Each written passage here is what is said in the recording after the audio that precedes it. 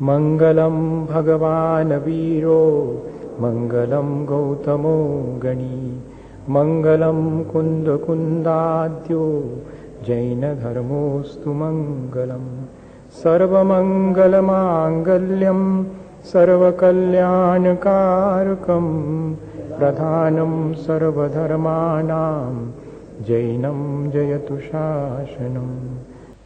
गति स्थिति उपग्रहो धर्मा धर्मयोर उपकारा, इनका फंक्शन क्या है? उपकार के मायने भलाई नहीं है यहां पर, उपकार के मायने इनका कार्य, इनका फंक्शन, ये कैसे फंक्शन करते हैं? तो कह रहे हैं गति और स्थिति, इन दोनों रूपों में जो फंक्शन करने वाले दो द्रव्य हैं वे धर्म और अधर्म द्रव्य हैं। ये हमें जबरदस्ती चलने को प्रेरित करें ऐसा भी नहीं है।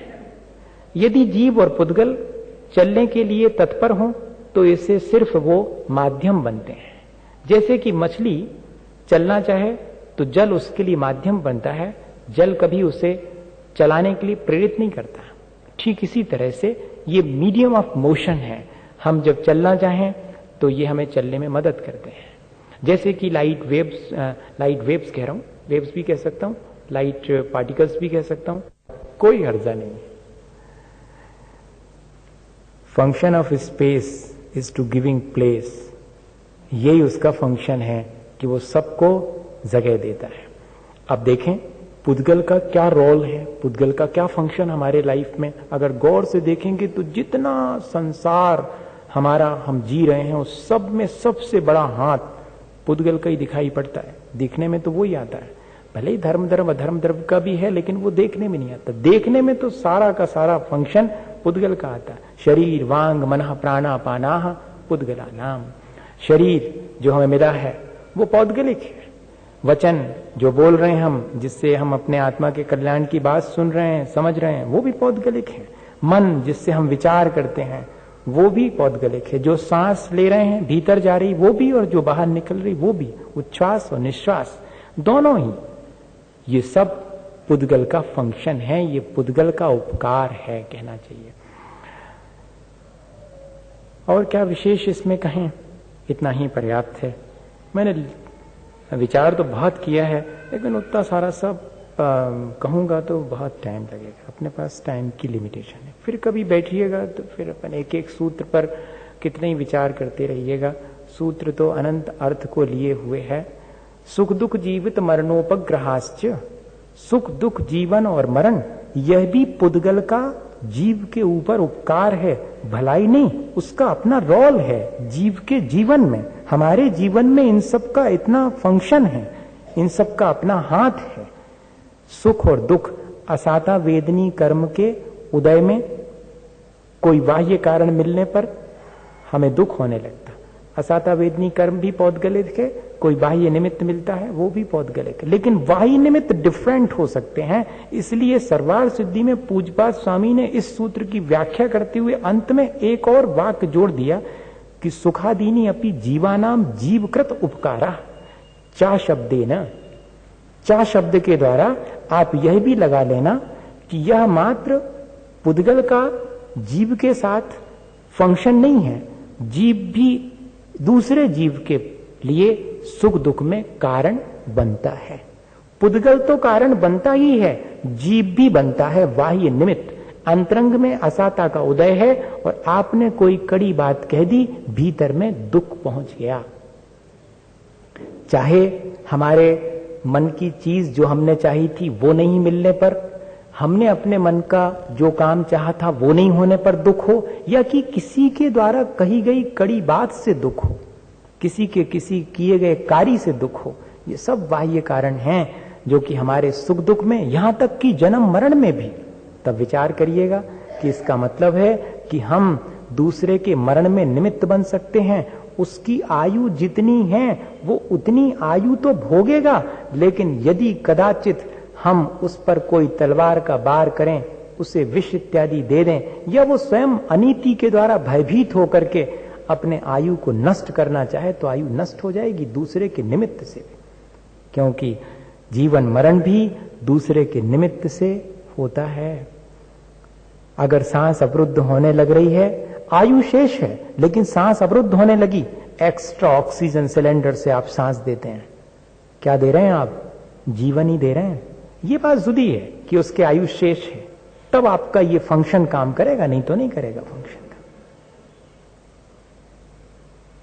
क्या मतलब, मैं सोचता हूं इन चीजों को तो बड़ा आश्चर्य लगता है कि इतनी सूक्ष्मता से हम तो समझ ही नहीं पाते हैं। अपन अगर ये चीजें नहीं लिखी होती तो अपन क्या समझते कि कैसे होता सुख दुख। अधिकांश लोग क्या सोचते हैं, कोई ईश्वर नाम का व्यक्ति उधर आकाश में बैठा हुआ है, वो हमको सुख देता दुख देता, हमारी डोर उसके हाथ में, वो हिलाता रहता, हम चलते रहते। लेकिन आचार्य भगवंत कह रहे हैं कि ये सब नहीं है। यहां तो एक दूसरे के जन्म मरण सुख दुख में पुद्गल भी और जीव भी परस्पर निमित्त बनते हैं और कोई इसमें कारण नहीं है। इनका अपना फंक्शन है। इन 6 द्रव्यों का, उन 6 द्रव्यों के फंक्शन को कितने माइन्यूटली वो एक्सप्लेन कर रहे हैं। परस्पर उपग्रहो जीवानाम, जीव का एक दूसरे का उपकार करना ही, परस्पर एक दूसरे का सहयोग करना ही जीव का फंक्शन है। और जब हम एक दूसरे का असहयोग करते हैं तो मैं तो इस सूत्र की व्याख्या में यही कहता हूं कि फिर हम जीव के स्तर से नीचे गिर जाते हैं। अगर हम एक दूसरे के जीवन में सहयोगी बनते हैं तो हम जीव हैं। परस्पर उपग्रहो जीवाना, जीव वही है जो एक दूसरे के जीवन में सहयोगी बनता है, असहयोगी नहीं बनता, सहयोगी बनता है। कैसे? जैसे गुरु और शिष्य, जैसे पिता और पुत्र, जैसे नौकर और मालिक। लगता यह है कि मालिक नौकर को पे दे रहा है, वो सहयोग कर रहा है। लगता यह है कि गुरु शिष्य को मोक्ष मार्ग दे रहा है, श्रेय उसका है। लेकिन आचार्य भगवंत व्याख्या करते हुए कहते हैं कि नौकर सेठ का काम करके उसका सहयोग करता है, यह नौकर का सेठ पर सहयोग है। और शिष्य गुरु की आज्ञा मानकर उनके अनुरूप चलता है, यह शिष्य का गुरु के ऊपर उपकार या कि उसका सहयोग है। बेटे का पिता के ऊपर उपकार क्या है? पिता का तो दिखता है कि उसने जन्म दिया, लेकिन बेटे का उपकार क्या है? उसने पिता को जन्म दिया। इसके पहले तक वह व्यक्ति पिता नाम से नहीं जाना जाता था। किसी के भी भाई था, वो किसी का पुत्र था, किसी का चाचा था, किसी का दादा भी हो सकता है। नहीं, दादा नहीं हो सकता जब तक कि, हाँ ये सॉरी नहीं तो गड़बड़ हो जाएगी वो दादा भी नहीं हो सकता। वो जब तक पिता नहीं होगा तब तक दादा नहीं हो सकता। वो बेटा आकर के उसे पिता बना देता है और बेटे का बेटा आकर के उसको दादा बना देता है। ये क्या चीज है? ये आचार्य भगवंत जीव का एक दूसरे के जीवन में क्या रोल है, क्या हाथ है, ये यहां पर एक सूत्र में कह रहे हैं। पूरे संसार भर के लिए एक सूत्र बना दिया, परस्पर उपग्रहो जीवाना। जीव वही है जो एक दूसरे के लिए सहयोगी परस्पर बनता है। म्यूचुअल बेनिफिट, दोनों एक दूसरे के लिए उपकारी होते हैं। आपने 5 द्रव्यों के बारे में तो चर्चा करी भगवान, लेकिन आपने काल द्रव्य को तो मानो बिल्कुल छोड़ ही दिया। कहते नहीं, वर्तना परिणाम क्रिया परत्वा परत्वे च कालस्य। काल का भी फंक्शन है, फंक्शन देखने में आता है, भले ही काल देखने में ना आता, उसका काम देखने में आता है। वर्तना, निरंतर परिवर्तित होते रहना, इसका नाम है वर्तना, जो दिखाई नहीं पड़ता। जिस क्षण से यह पेन बनाया गया होगा उसी क्षण से इसके नष्ट होने की प्रक्रिया शुरू होगी, वो कहलाती है वर्तना। और जब इसका कोई रूप परिवर्तित हो जाएगा तब वो कहलाएगा परिणाम। पुरानी अवस्था छोड़कर नई अवस्था को प्राप्त करना, ये कहलाता परिणाम। क्रिया, इसमें होने वाला निरंतर जो परिस्पंदन है वो कहलाती है क्रिया। इसमें निरंतर चेंजेबिलिटी निरंतर हो रही है, अपन को दिखाई नहीं पड़ रही, वो क्रिया है। और बड़ा होना या कि पुराना हो जाना, प्रायोरिटी या सीनियरिटी, ये कहलाती है परत।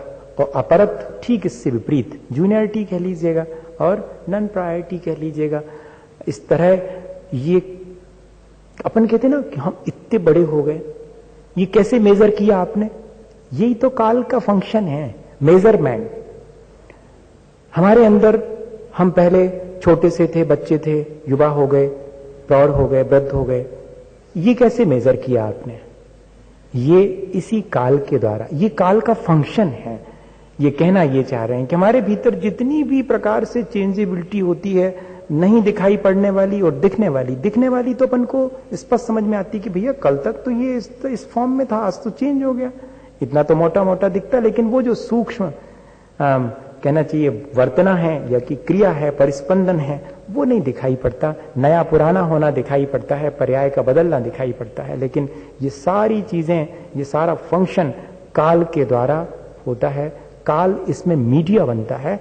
ऐसा नहीं समझना वस्तु में परिणमन की योग्यता ना हो तो काल जबरदस्ती परिणमन नहीं करा सकता, चेंज नहीं करा सकता। Changeability is the nature of substance. हमारा अपना स्वभाव है परिवर्तित होना, काल तो सिर्फ उस परिवर्तन को मेजर करता है, उस परिवर्तन को उसमें माध्यम बन जाता है हमारे अपने स्वभाव के परिवर्तन में। स्पर्श रस गंध वर्ण बनता पुद्गला। पुद्गल के बारे में थोड़ी और जानकारी दे रहे हैं कि उसमें स्पर्श रस गंध और वर्ण होते हैं, सब समझते हैं, टच टेस्ट स्मेल और कलर।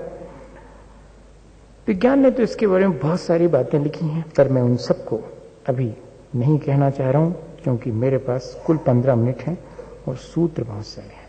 शब्द बंध सौक्ष्म स्थौल्य संस्थान भेद तमश्छाया तपोद्योतवंतस्य पुद्गल की ये सब पर्याय हैं जिनका कि हम रोजमर्रा के जीवन में उपयोग करते हैं।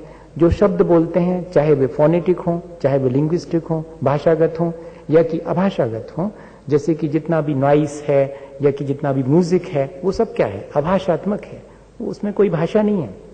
और हमारे जो शब्द हैं वो भाषात्मक हैं। शब्द दोनों तरह के हैं, भाषात्मक भी और अभाषात्मक भी। ये सब पुद्गल का मामला है। बंध, दो चीजें एक साथ मिल करके और हमारे जीवन में कितने प्रकार से काम करती। बिजली है, इसमें भी ये बंध का काम है। नेगेटिव पॉजिटिव चार्ज मिल करके और बिजली और बादल और अग्नि, ये सब चीजें जो हम जिनको हम उपयोग में लाते हैं वो सब इसी बंध की वजह से हैं। और इस कागज से इसको चिपका दिया, बाइंड अप कर दिया, ये सब भी पुद्गल का ही काम है। सूक्ष्मता, फाइननेस, वो भी पुद्गल का है। कोर्सनेस, ग्रॉसनेस, स्थूल होना, सूक्ष्म होना किसी चीज का, ये सब पौद्गलिक ही है। उसका पुद्गल का कोई ना कोई संस्थान होता है, अपना एक आकार होता है, एक स्ट्रक्चर होता है, ये सब भी बिल्कुल पुद्गल का काम है। डिवाइजिबिलिटी, भेद, जितना भी हम तोड़ फोड़ देखने में आती है, डिवाइडेशन देखने में आता, वो सब पौद्गलिक है। उसमें भी बहुत सारे भेद प्रभेद हैं। ये जो डार्कनेस है, अंधेरा है, वो क्या चीज है? वो एंटीथेसिस ऑफ लाइट लिखा है इन्होंने। प्रकाश के अभाव का नाम अंधकार है। और छाया क्या चीज है? Obstruction of light. लाइट के बीच में कोई चीज आ जावे तो वो जो शैडो पड़ रही है वो छाया है। अंधकार तो प्रकाश के अभाव का नाम। इस ऐसी परिभाषाएं लिखी हैं, आप सोच सकते हैं। और सनसाइन, जो सूर्य चमक रहा है, वो सब आतप, वो भी पौद्गलिक है। और उद्योत, ये भी पुद्गल की एक पर्याय है, जो मून लाइट जिसको कहते हैं, वो चंद्र का प्रकाश है। इस तरह ये सब पुद्गल की ही पर्याय हैं। शॉर्ट में अपन इतना ही कहेंगे। पुद्गल के भेद प्रभेद हैं क्या? अण्वा स्कंधाश्च, एटम और मॉलिक्यूल, अणु और स्कंध, ये पुद्गल के दो भेद हैं। अणु कहें या परमाणु कहें, इंग्लिश में एटम कहें, स्कंध कहें और या कि मॉलिक्यूल कहें, आज की भाषा में दोनों समान ही है। हमारे यहाँ तो स्कंध को भी बहुत सारे भेद किए गए हैं। सॉलिड, स्थूल स्कंध हैं जिनको हम ब्रेक कर सकते हैं, ब्रेकेबल हैं। फिर कुछ ऐसे हैं जो कि स्थूल सूक्ष्म है, आंख से तो देखते हैं लेकिन सूक्ष्म की पकड़ में नहीं आते। देखें आप, सूरज की रोशनी को पकड़ के देखें, दिख तो रही है, पकड़ लो उसको, रख लो, कल काम आएगी जब सूरज नहीं निकलेगा। नहीं, बंद करके नहीं रख सकते आप उसको कहीं पर। वो सूक्ष्म भी है लेकिन दिखाई पड़ती है, इसलिए ये सब स्कंध हैं। सोचिएगा, सन रेज भी स्कंध ही हैं। वो पुद्गल का मोटा रूप है, सूक्ष्म रूप तो सिर्फ परमाणु ही है। फिर कह रहे हैं कि सूक्ष्म स्थूल भी कुछ स्कंध हैं जो कि हमें दिखते नहीं है इसलिए सूक्ष्म है, लेकिन पकड़ में आते हैं। हवा स्पर्श में आ रही है, हवा, लेकिन दिख नहीं रही कहां पर है हवा। ये भी एक स्कंध है। कैसे जाना होगा, अपन तो सिर्फ ये देखो, परिभाषा तो ठीक है कि हाँ अपन को पता लग गई, लेकिन कैसे जाना होगा अपन की तो समझ में नहीं आता इनको कि कैसे जान लिया हो। ये सब केवल ज्ञान का मामला है, बस इतना ही श्रद्धान अपने भीतर होना चाहिए कि इतनी सूक्ष्म बातें तो सिर्फ केवल ज्ञान का विषय बन सकती है, और हमें उस केवल ज्ञान को प्राप्त करना, इस चीज से इतना ही मैसेज है। चाहे आप कुछ भी अध्ययन करें, चाहे कितनी ही सूक्ष्म बात करें, उद्देश्य सिर्फ एक ही ध्यान में रखना चाहिए।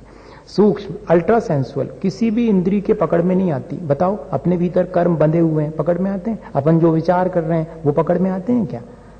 नहीं, किसी के विचार किसी के पकड़ में नहीं आते हैं। न पुद्गल वर्गणाएं पकड़ में आती हैं, कार्मण वर्गणाएं हैं, न विचारों की वर्गणाएं, वो सब सूक्ष्म है। और सूक्ष्म सूक्ष्म तो परमाणु या कि दो परमाणुओं का मिला हुआ एक स्कंध जो अत्यंत सूक्ष्म है। इस तरह 6 भेद इसके किए गए। अब पूरी की पूरी एटॉमिक थ्योरी शुरू होती है। भेद संघाते व्या उत्पद्यन्ते, भेद से संघात से, और भेद संघात दोनों की स्थिति से स्कंद उत्पन्न होते हैं। मॉलिक्यूल कैसे बनेंगे? मॉलिक्यूल डिवाइडेशन से भी बनते हैं, यानी फिशन से भी बनते हैं, फ्यूजन से भी बनते हैं, और फ्यूजन फिशन दोनों से बनते हैं। पुद्गल, पूरण और गलन जिसका स्वभाव है उसे पुद्गल कहते हैं। फ्यूजन और फिशन जिसमें है वो सब मैटर कहलाता है साइंस की भाषा में। ठीक वैसी भाषा बोल रहे हैं आचार्य भगवंत, पूरण और गलन जिसमें है। भेद से भी स्कंद बनते हैं, मिलने से भी स्कंद बनते हैं, और कुछ मिला कुछ टूटा स्कंद बन गया। ऐसे स्कंद बनते हैं, लेकिन अणु हमेशा भेदाद अणु। जब भी एटम बनेगा भेद से ही बनेगा, और शायद इसी बेसिस पर इन दो सूत्रों के आधार पर पूरी एटॉमिक एनर्जी, फ्यूजन और फिशन, पहले उन्होंने विखंडन किया, तब एनर्जी क्रिएट हुई, तब परमाणु बम बना, फिर हाइड्रोजन बम बनाने के लिए फ्यूजन, फिर संघात किया, तब और ज्यादा 150 गुनी एनर्जी बनी। बताइए, ये दो सूत्र लिखे गए थे कि अगर आपको मॉलिक्यूल्स में चेंजेस करना हो तो इस तरह से मॉलिक्यूल्स बन सकते हैं, डिवाइड करने से भी, इकट्ठे करने से भी, और कुछ डिवाइड और कुछ इकट्ठा। जैसे कि अपन ले लें कोई भी उदाहरण, जो भी लेना चाहें वो ले सकते हैं। मेरे पास इसका उदाहरण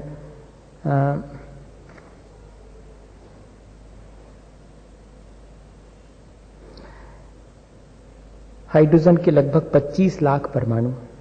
इन्होंने इसका उदाहरण इस तरह से दिया है कि हाइड्रोजन के 25 लाख परमाणु एक रेखा में रखे जाएं तो लंबाई कितनी होती है? कुल 1 इंच होती है। इससे क्या मालूम पड़ता है कि ये किस तरह से एक दूसरे से मिक्सअप होकर के, एक दूसरे से जुड़ करके नया स्कंद बनाते हैं, और कैसे ये अलग अलग होकर के और स्कंद बनाते हैं। और भी कई उदाहरण दिए हैं, इतना ही पर्याप्त है। भेद संघाताभ्याम चाक्षुषा, अगर आंख से दिखने वाला कोई मॉलिक्यूल बनेगा, स्कंद बनेगा, तो हमेशा न भेद से बनेगा न संघात से बनेगा। भेद और संघात दोनों से मिलकर के ही आंख से दिखने वाला। आचार्य महाराज इसका बड़ा अच्छा उदाहरण देते कि अपने हाथ में कुछ भी नहीं दिख रहा ठंड के दिनों में, और जरा सा ऐसा किया और एक ठो क्या बन गई? कचरे की बाती जैसी बन गई। कहां से आ गई ये? भेद और संघात दोनों का परिणमन हुआ, और दिखने लायक अभी तक नहीं दिख रहा था, इसमें विजिबल नहीं था, लेकिन विजिबल कैसे हो गया? भेद संघात, कुछ टूटा कुछ मिला उसमें और बन गया।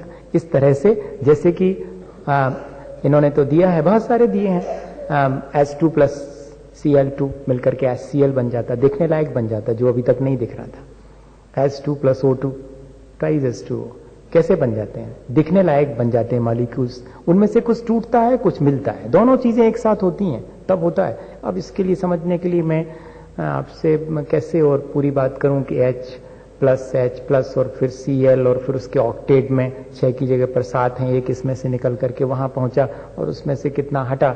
आप परेशान हो जाएंगे बेकार में कि तो हम तो आए थे तोतुका भवन में कि कुछ धर्म की बात होगी, सिवाय इसकी बात ही नहीं कर रहे विज्ञान के अलावा। एक व्यक्ति ने कहा था जब विज्ञान की संगोष्ठी हुई थी कि ऐसा ना हो कि ऐसी संगोष्ठियां ज्यादा होने लगे तो धर्म बिल्कुल ना रहे, विज्ञान ही विज्ञान रह जाए, ऐसा कमेंट किया था। मेरे पास तक ऐसी बातें भी आ जाती हैं, आप ऐसा मत सोचिएगा। आपका मन जो कुछ कहता है वो आ जाता है।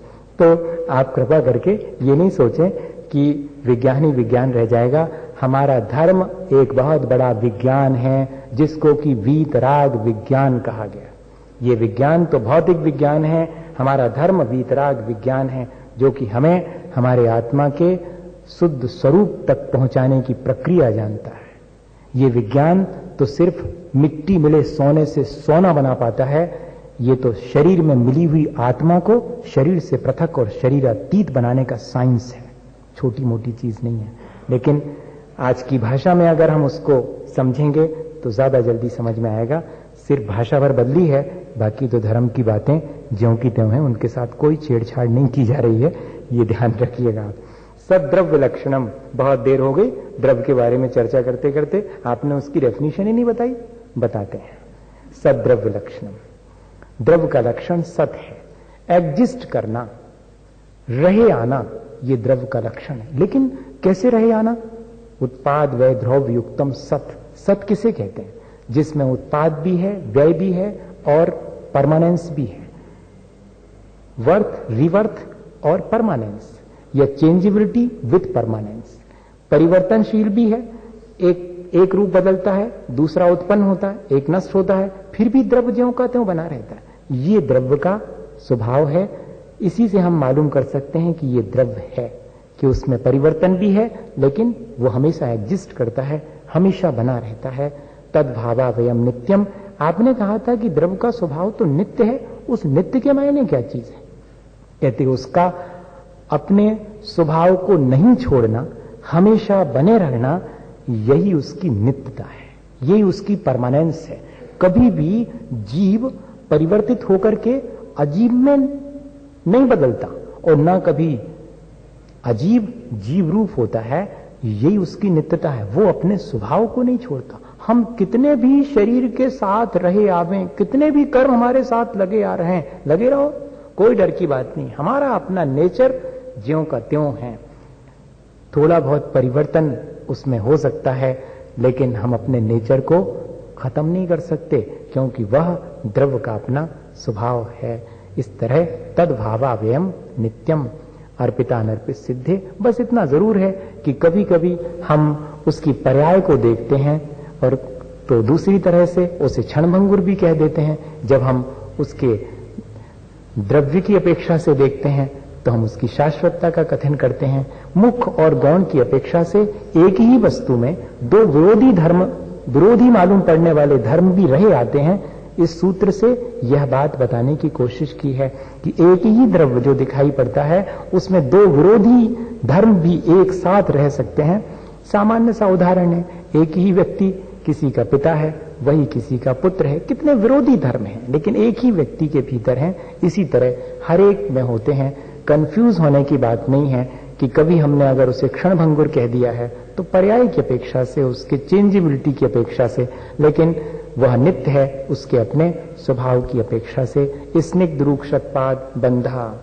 अब पुद्गल में जो भी बाइंडिंग होती है वो कैसे होती, इसके लिए 4-5 सूत्र दिए हैं। पूरी एक तरह से केमिस्ट्री के लिए 4-5 सूत्र दे दिए। जितने भी केमिकल रिएक्शंस होते हैं वो सब इसी पर बेस्ड हैं। स्निग्ध और रूक्ष, इन दोनों से ही बंध होता है। कभी ये बंद होगा तो स्निग्ध और रूक्ष गुणों के मिलने पर ही होगा।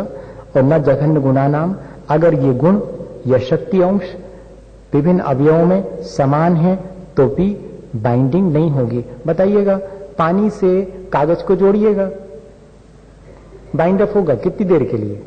जरा सा, मामूली। इस तरह अपन देखें, क्योंकि जघन्य गुण है इसलिए उनमें बाइंडिंग नहीं होगी। न जघन्य गुणा नाम, गुण साम्य सदृशा नाम। अगर समान जाति वाले हैं और उनके गुण समान हैं तब भी उसमें नहीं बंद होगा।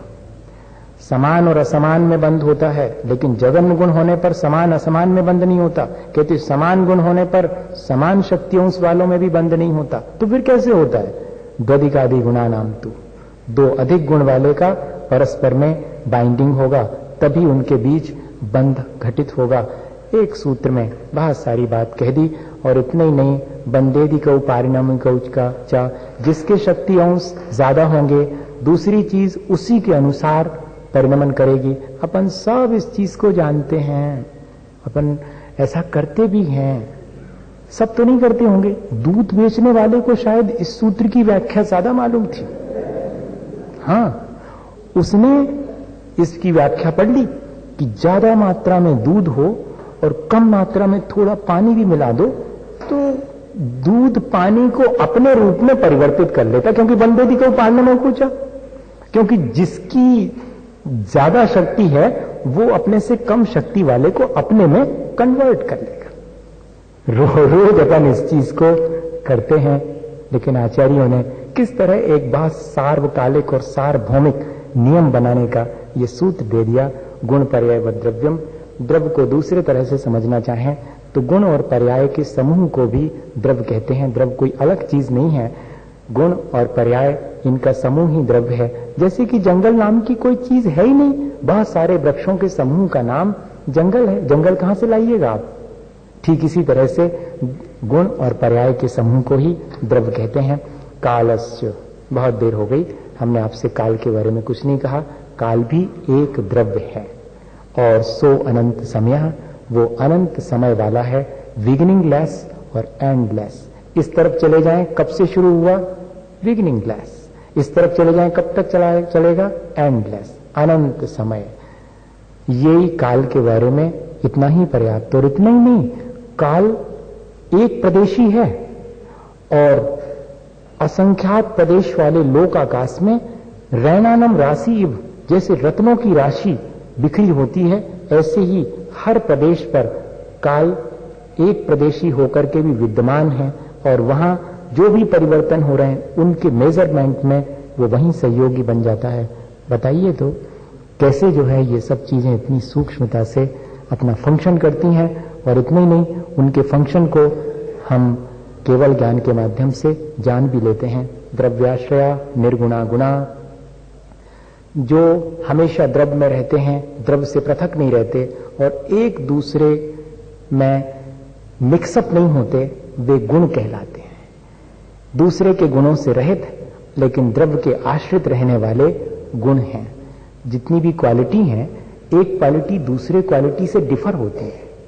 रूप और रस दोनों अलग अलग क्वालिटी हैं, लेकिन एक ही द्रव्य में रहती है। एक दूसरी क्वालिटी को डिस्टर्ब नहीं करती, पर एक साथ। तो जितनी भी हमारे भीतर द्रव्य में गुण हैं, वे सब एक दूसरे से अलग अलग हैं, एक दूसरे में मिक्सअप नहीं है, लेकिन सब द्रव्य के आश्रित रहते हैं। यही गुण की परिभाषा बना दी आचार्यों ने।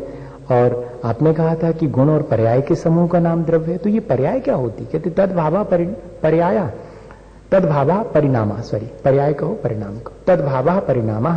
प्रति समय जो उसका परिवर्तन है गुणों का और द्रव्य का, उसी का नाम तो पर्याय है, उसी को मॉडिफिकेशन कहते हैं।